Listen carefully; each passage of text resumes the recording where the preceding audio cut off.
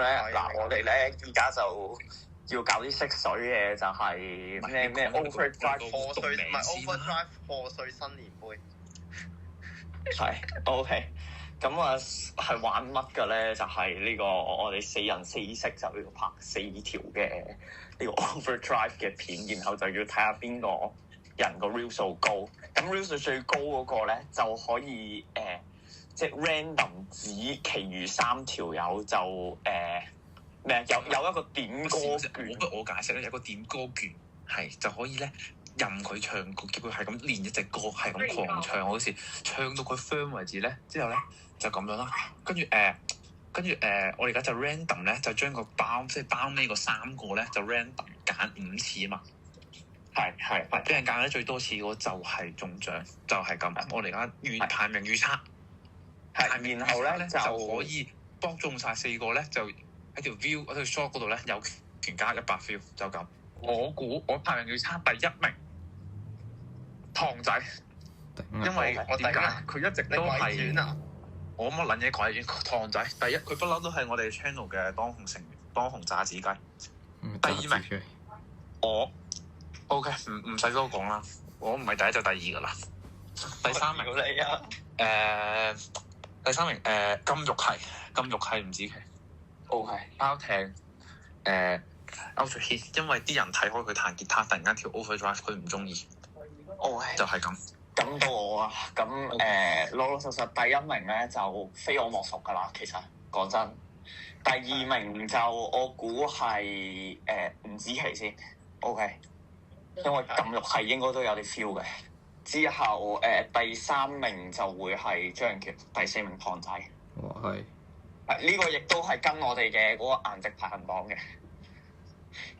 OK， 我屌，原來喂，到我 OK， 到我第1就一定係禁欲係。講真，我堅明係有眼嚟睇，收皮啦，咁愛話輕鬆，同埋我對愛話呢啲靠樣揾食嘅 game 咧，我係贏撚硬。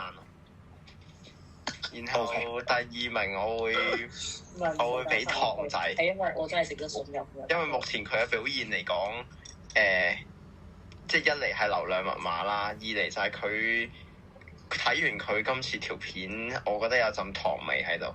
我頂啊！呢陣糖味有機會突圍而出。我少少關注弱勢社群咁樣。係。OK。如果唐兄可以 make use of 呢樣嘢嘅話，佢嘅分數會好高。我頂啊！然後第3名係張俊橋，因為佢有一個迷之微笑，我覺得相當自信啊！佢對佢自己。然後包艇歐卓軒，因為歐卓軒賣柒咧柒得滯，你超柒唔係好對路，係 OK。即係我嘅推測。好，其實係已經係有個戰略啦。其實張遠橋依家唔喺度，就可以慢慢講一講。即係其實啦，我將我自己排名估得越後咧，係有益處。如果排名高嘅話咧，咁我就唔使要嗰個額外嗰幾個10幾個定係100個 view 嘅啫，係咯。我排名高嘅話我就唔使噶啦。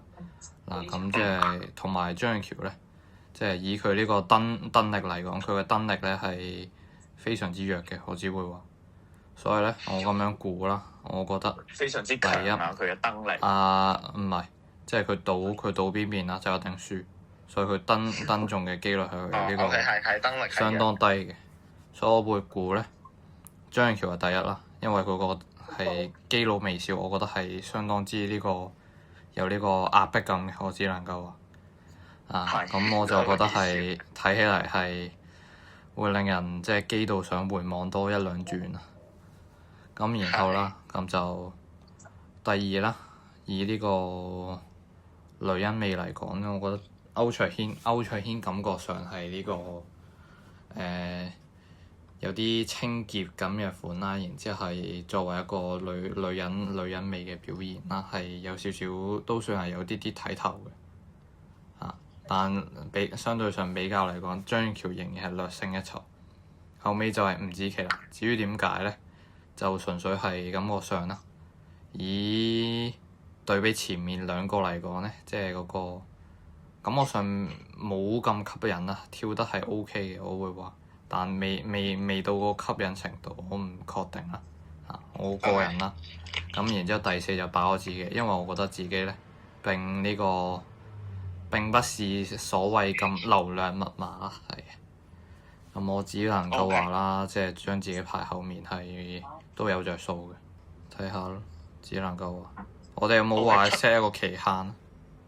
兩日哦，係兩日呢個見真章，只能夠話。